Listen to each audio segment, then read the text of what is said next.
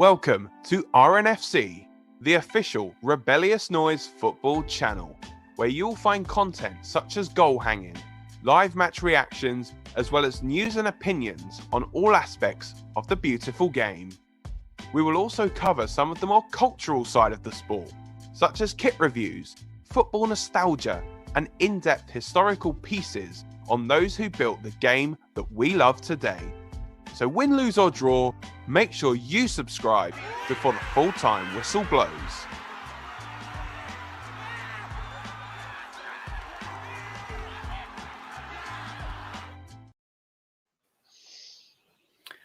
Okay, so just as the game is about to end, we are live on the RNFC channel. I'm Scott, joined by Dan over here. I like your shirt, mate. Cheers, mate. Literally first time I've worn it. I got it Christmas present. Literally tags were still on it about 7:35 this evening. Tags were still on. I'm like, you know what? Watching England play tonight. See pretty much. So, fun fact, I don't own a white England shirt. Yeah, you said this when we were talking off air. Like, why?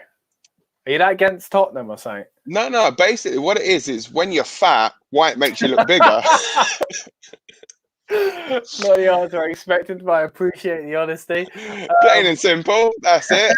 White goes a little bit see-through.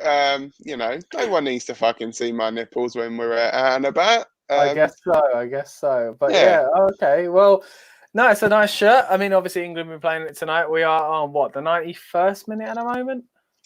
We are 90 minutes and 20, 21, 22. Oh, you don't have to count it. Not quite. Not quite over the line, but I think we're going to win this one. The ridiculous thing, though, 2 minutes added time. We've scored 5 goals. It's like, come on, surely it's like a minute per goal. It's like, you know, you had another 5 minutes. Yeah, but we only scored 2 in the second half, though. It's not been as good as it. So plus the subs, yeah. But how many subs have we used in this game, by the way? We have used 1, 2, 3, 4, 5 at the moment. And how many's permitted then? I think it's 5. It's either 5 or 6. Yeah, because didn't we do like 3 or 4 at half time? And I was like, oh no, we've used them all.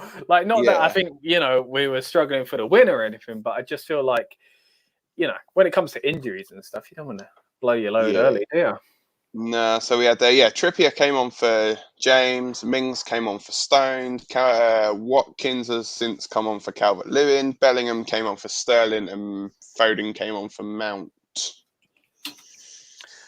Okay, so, we're nearly there. This is when 30 seconds. When a band starts singing in there.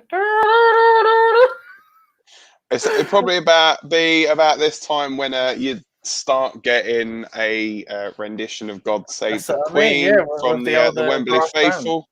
I know it was that time that we both went to Wembley, ironically, to watch England San Marino. Yeah. Many moons ago, when you could actually go and watch football. The good old days. I was thinking earlier, actually, watching it and seeing those cardboard cutouts in the stand, and just thinking, how good would it be to go see a game? You know, for things to be. That is a lot of cardboard for me. Just don't put a white shirt on the cardboard, obviously. Yeah. Excuse my French, by the way. It's getting a bit late. I'm a bit tired. So, I was gonna say, mate, come on. I'm the one having the beers. Bro, look, I thought I'd make a goal hanging. We hit full time. Full time whistle has gone. Officially, it goes down as a 5-0 win for England, taking our overall record against San Marino to 42 goals for, 1 against. Mate. And that was the quickest goal ever, the one that San Marino. 8 seconds, yeah. But if you're going to get one, mate, that's a good one to get. So bear in mind, we're playing against a team that have now played 176 competitive games. They've won 1. It's mad. Like, at the beginning of the game, obviously, on commentary as well, they were like, officially the worst team in the world. I mean, you've got to put that out here. Like, obviously, when we're talking about this, we're not coming on here to start praising England like we're about to win the Euros. Like, this isn't a test of our, where we are at the moment. But at the same time, you can only beat what's in front of you. Yeah, I think for me though, these are always the kind of games. It's like it's so hard to actually sit here and like review a game between anyone really in San Marino, because it's like, okay, it's just pretty much okay. As long as I think they always look at these games as, okay, no one's got injured. That's a good sign. No players have got injured. No one's got like a needless booking to keep them out of, say, a more competitive game. Gives them a chance to play some of the younger players. I mean, there was quite a few like big names that you think if we were playing like one of, say, the bigger nations, you'd probably look through this team and say maybe half of them wouldn't have necessarily started. Well, yeah. I mean, at first, to be fair, I thought it was a fairly strong team. But still, it's not who we'd face again, we'd put out in front of Spain or Belgium. It's the team that you might put out in, maybe not fully this team, but people in this team, in this lineup, might have got into some group stage matches, or at least rotated in some group stage matches, or came off the bench. But yeah, other than that, I mean, I'm very happy someone like Kane didn't play, because I just think it would be needless to put someone like that in a game like this. Yeah, and not Hall of Famer Kane. That will be more on the Pro Wrestling channel that we'll talk about him. Talking about Harry of Tottenham fame. And likewise for me, like as a fan, Harry Maguire obviously not playing. He's played pretty much every game for United this season. So nice to see him actually getting a bit of a rest. And some would say not been in the best of form, so that's probably wise. And it's always good. Connor Cody, whenever he stepped into the England squad, has always looked pretty solid at the back as well. And, there was never really going to have much to do, no disrespect to San Marino, but, we know ourselves from when we went, was Joe Hart was in goal for England at the time, and probably... Even though England, I think, won 5 or 6-0. I think we won 5-0, and the biggest cheer of the night was when Joe touched the ball. Yeah. He probably touched the ball. Even today, when they got a corner, and then, well, to be fair, they got a free kick not long after as well. But even at that point, it was like, oh, go on, which I don't want to be disrespectful, but you have to take this in the context of what it is. We can't come on here and pretend England have just beat Brazil. No, definitely not. Imagine if you're Liechtenstein, like being the only team that they've beaten. Yeah, that's quite the record to hold, isn't it? Exactly. But yeah, anyway, the game started out quite aggressive from England. I was a bit worried though at the start, because it sounds weird, but after 12 minutes, I genuinely thought we should have had a goal or two. So it was a bit disappointed, to be fair. Yeah, I thought with that who scored the first goal, we should have been about 3 or 4-0 up. Yeah. It really should have been. It's ridiculous. It feels like this is the kind of game where they test. It's what these players.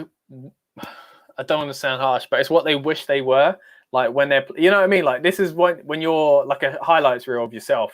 I feel like that's the kind of performance a lot of these players are going for at the moment, because you're playing against someone that you can try all these things that you'd never try against the De Bruyne. Do you know what I mean? Like, so that's what I feel like these kind of matches are.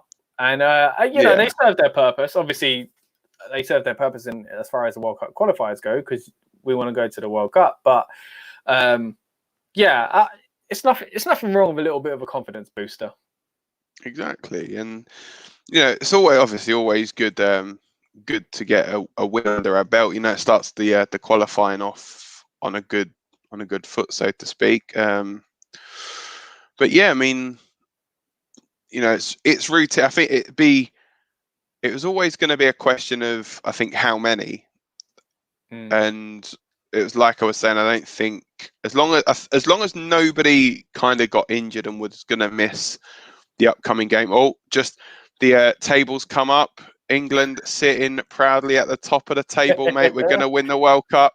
Closely followed by Albania. Played 1-1-1. better goal difference. So there we go. That's positive. I mean, we joke, but there's always the chance you ain't going to qualify. It always feels like a given until it's not. Exactly. Yeah, we've seen that over the years. Like many a big team have missed out on big competitions. Like we know ourselves, missing out on was it Euro 2008 and and the World Cup in '94, famously as well, missing out on those two. So yeah. But yeah, on to I suppose better times. You know, they just got a nice interview at the moment with Ollie Watkins. Obviously getting his first goal for England tonight on his senior debut or his full debut. So yeah, it's a good moment for him. Obviously Ward-Prowse as well, getting his first England goal. Player that I rate quite highly as well, actually, Ward-Prowse.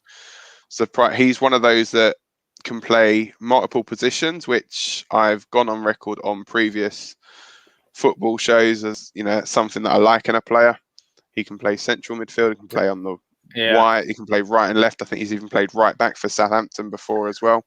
I think this is the most we've going into like towards the competition. Obviously, this is weirdly enough, this is for the World Cup, but we're obviously closer to the Euros. This is the most I can remember a team that is so versatile. It is, yeah, and like they're all players that at the moment that can fit into different formations as well. So, you know, we've got Chilwell played left back tonight, but we had Luke Shaw on the bench. Now, we've seen from Luke Shaw when he's played for Man United, he's slotted in on the left-hand side of a back three. Kyle Walker, as people have seen, you know, he's played on the right-hand side of a three-man centre back pairing for England. I'll start again because pairings are two people. So he's played on the right-hand side of a back three. There we go, for England. But yeah, I mean, for me, that's what I like. You know, it's when players can play in different positions. It gives us that flexibility. We had Calvin Phillips as well playing, and he's played at centre back for Leeds this season. I just think it's going to be one of the toughest selections that Southgate's going to have to make is picking this squad, because you look at the quality of players, you know, the amount of, I think it's testament to the English players that are coming through at the moment that we are going to be leaving out some incredibly talented young players. And they are all pretty much all young players as well. Yeah, I was going to say actually, because I feel like obviously you want to build off the World Cup team for 2018, but I remember that time thinking, oh yeah, come the Euros. Obviously, we didn't think it'd be delayed, but I was thinking, you know, 2 years time, few new players, but the amount of players that have jumped into the squad since the World Cup is ridiculous. Like there are that felt like a young team, but this team, there are so many young players trying to get a shirt. It's like at the moment, like you think, so for example, you take the right back position for England. I can name 5 off the top of my head. Now, I can't remember many years where I could name, rattle off 5 English right backs like that were good enough to make the England squad. But you think you've got James and Trippier who played tonight, Walker, Wan-Bissaka, Alexander-Arnold. That's 5 just straight off the bat. You know, that's without like other players that can also like do jobs there as well, you know. And the left back thing, the left back situation they've got as well. Like Chilwell had a really, really good game tonight. But then you think, does he start in the big games? You know, are they going to play Chilwell over Luke Shaw, for example, the form that Shaw's been in? Yeah, I mean, you touched on it there, but the big games is what I'm a bit concerned about going into the Euros, because the fact is, obviously, like I said, this year's a bit different. We've got World Cup qualifiers when we wouldn't usually. It would be just friendlies, you know, building towards the Euros. And if you remember last year, I mean, what is it this year? So we're facing San Marino. Obviously, just did that. Poland, Albania, and Poland will be, you know, somewhat tough. But Hungary, I think as well. Yeah, just before. So but I think Hungary, what was it? In March last year, we were supposed to face Denmark and Italy. Like, all right, you can say this is competitive, what we're doing now, because they're qualifiers, they're qualifiers. But I can't help but feel that facing Italy and Denmark in March and building towards because it would have still been Romania and Austria. It would have been those teams in just before the Euros last year, and obviously everything's changed. But now I don't know, man. I just feel like we need to be going into the Euros with a better test than San Marino. Yeah, I mean, it'd be interesting. I mean, I don't know if we got any friendlies scheduled around that time. I'm not sure. How he's going to do it. So we've got. Let's have a look. We've got like Norway. I think Norway's one of them. Is it Norway, Romania? I think I think we've still got Romania. Let's have a look. England fixtures. Romania and Austria once again. Yeah, so exactly the same as we were supposed to have last year. But even that feels like there's just one missing. You know, the amount of times we've faced teams like Spain or Brazil. You know, like I mean, that's who I think we should face. Brazil and Argentina. Someone that's obviously not going to be in the Euros, but will be exactly. Like the year, I think 2018, we faced the Netherlands just before the World Cup. Obviously, they weren't going to be in it, but that was a good kind of tester for the. All right, they hadn't made it, but it was still, they're still the Dutch national team. So they were a good kind of like measure for what we were going into. So yeah, it's a bit frustrating, really. That obviously you got to get these games done. Don't get me wrong. But I feel not being able to pick the opponents might come to our detriment. Yeah, I think as well, I think what they're actually probably looking at the moment is what is the world travel situation going to be like as well. So they're probably trying to keep it relatively safe and be like, right, okay, countries that are kind of still like that are in Europe rather than looking a bit more further afield. I mean, that's just that's obviously a speculation that we can't obviously. Is anyone big that didn't make the Euros? I don't think so. I think everyone made it this time around, didn't they? Big sides. Yeah, I think so. Let me. I'm just gonna Googling live on air. So let me just Google. So Euro 2021.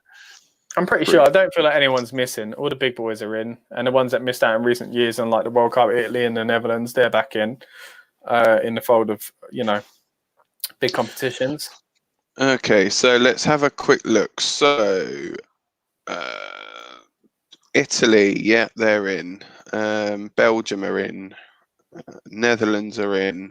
England are in. Croatia are in. Spain are in. Portugal, France, Germany. Bloody hell, they're all in the same group with Hungary. That's going to be so tough, man. That's going to be a banger of a group. I think if there's any group that you'd want to get random tickets for, it'd probably be that group. Do you think any of those games would be good games? So, I mean, definitely. To be fair, it does look like there's a few smaller teams that are in there. It's nice as well to see like a few of the home nations in there as well. But it probably looks like one of the strongest like lineups for a tournament that we've been in for a while. Obviously, it does limit it with obviously just the European countries, obviously being the Euros. So it does like limit it slightly, but it's pretty much all the big boys are in there. And yeah, so you can't really face them in a friendly just before is what I was trying to get to. Like, but then it's trying to figure out exactly like who would you actually put in there against them? Yeah, so I guess. All right, let's focus a bit more on this game. Obviously, 5-0 win for England. Like we said earlier, it's not the greatest kind of measure of your current squad, but at the same time. I feel this is a good game for stat padding. Like if I was playing for England, I'd be thinking I'm getting a goal tonight. Like what I mean? I wonder how many of like Rooney's goals came in games like San Marino. I can't quite remember, but well, he got a hat trick when we watched them. So true. That's a good point. So yeah, you just think this is the kind of match. Like, why not? Like, get the best out of it that you can. You get the 3 points secure, and Gareth Southgate gets to try players that he might not usually get to try. And yeah, why not, man?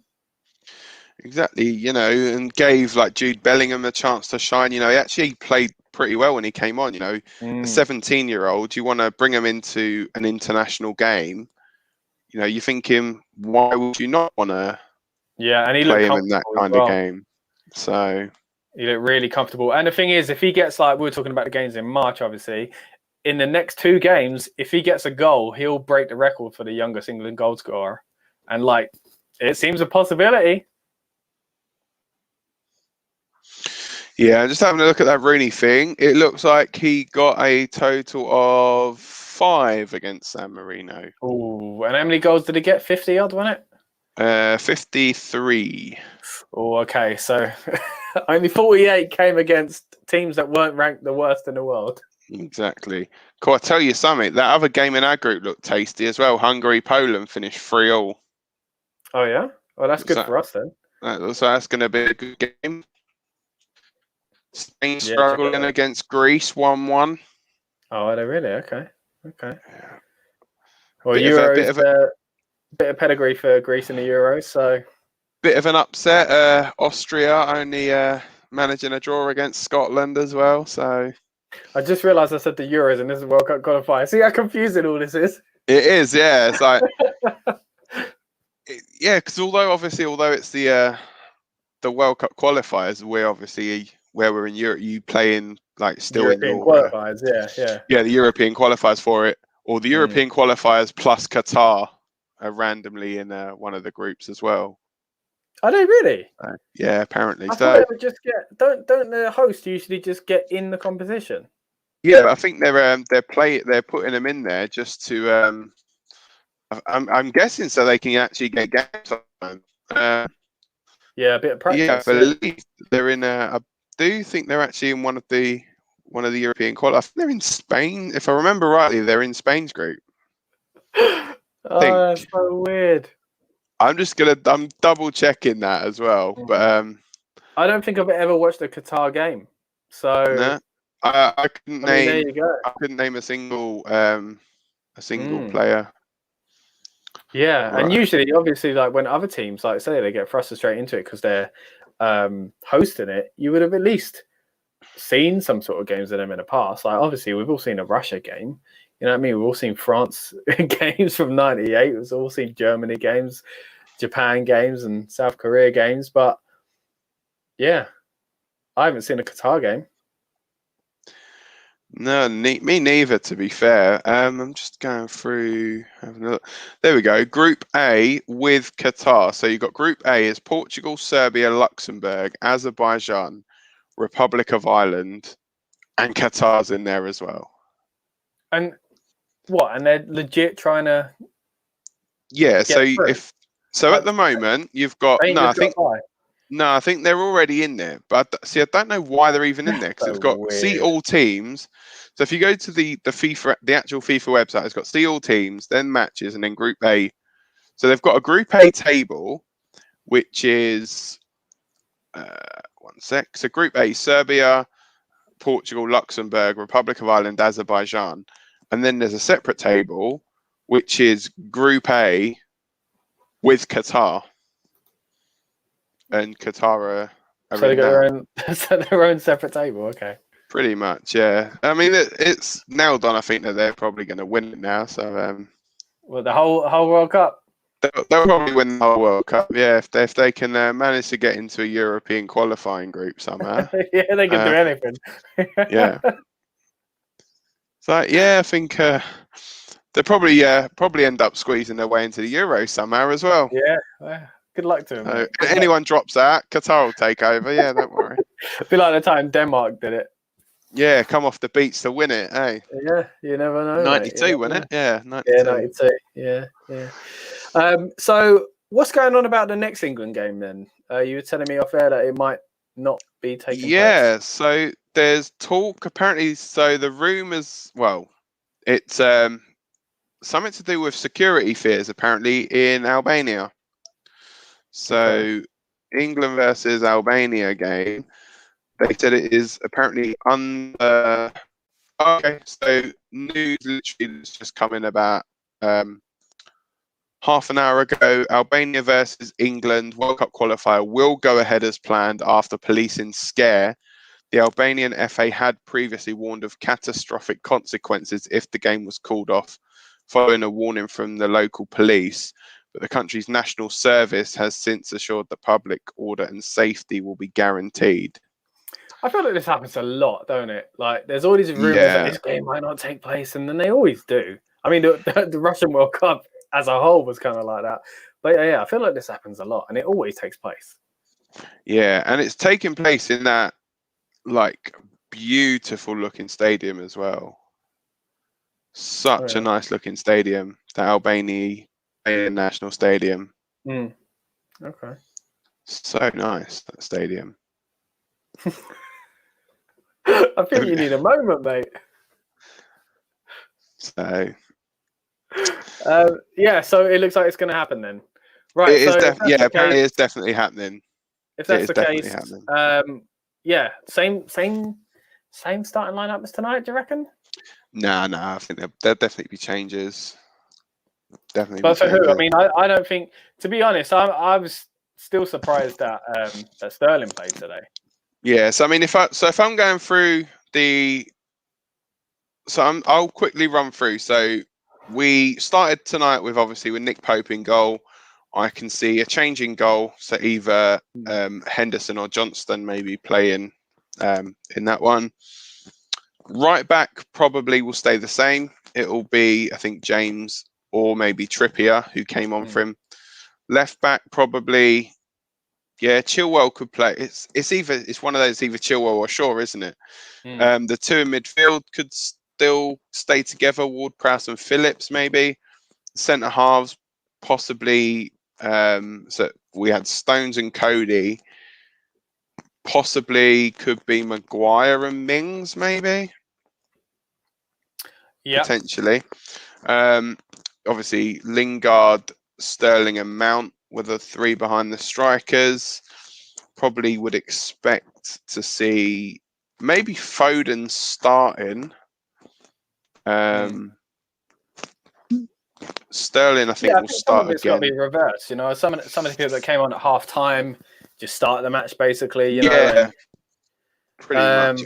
And a different kind of mix as well. I mean, it does feel like the games are stepping up in quality as well. So surely by the time we get to the Poland game, it should be closer to what Gareth Southgate might pick towards the Euros. Yeah, I think the Poland game will be, I think, most likely to be the full team. Yeah. So I can see for Poland, I think Pope will probably still stay. I think Pope out of the three is probably going to be his first choice in goal. Just having a look at the right backs, he's got James, Trippier or Walker. I can even see him reverting maybe to the back three against Poland, possibly. Yeah, I could do. I mean, what do you think about the fact that Alexander-Arnold just isn't there? I mean, all right, we might not need him in a moment, but surely you just want to have him around and get him in the camp. I know he hasn't had the greatest kind of past few months, but yes, I mean, I was baffled that they picked Walker and Trippier over Alexander-Arnold and Wan-Bissaka. You know, I think that Alexander-Arnold and Wan-Bissaka are the two best right backs in England at the moment, without a shadow of a doubt. You know, Wan-Bissaka, I think, is the best defensive right back, and Alexander-Arnold is the best attacking right back.